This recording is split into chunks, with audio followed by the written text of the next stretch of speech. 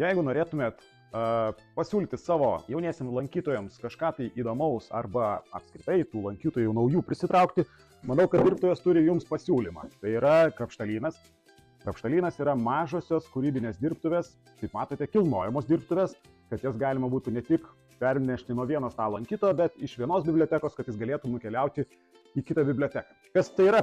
Kas tas krapštalynas?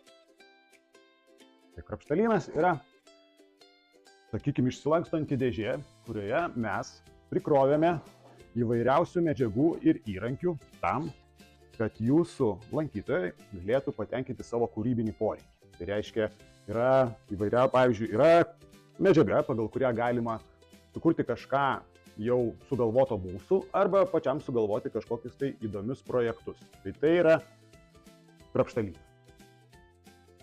Turime tokių padarę 50 ir su malonumu pasidalintumėm su bibliotekomis, kurios turi labiau nuo miestų nutolusių filialų, kuriuose yra vaikų. Tai norėtumėm, kad tokia biblioteka, pasakysiu, kad jinai ima krapštalyną, taip ir užtikrintų, kad tas krapštalynas ne tik būtų vienoje bibliotekoje, kad keliautų ir kuo daugiau vaikų iš tikrųjų jį pamatytų ir juo pasinaudotų. Mes padarėme 5 tokius krapštalynus, pilotinius krapštalynus praeitais metais ir pavasarį atidavėm bibliotekom juos patestuoti. Ir sužinojome, kad jisai pakankamai populiarus, nes per tuos 5-6 mėnesius jo pasinaudojo beveik 600 moksleivių, mokyklinio amžiaus vaikų.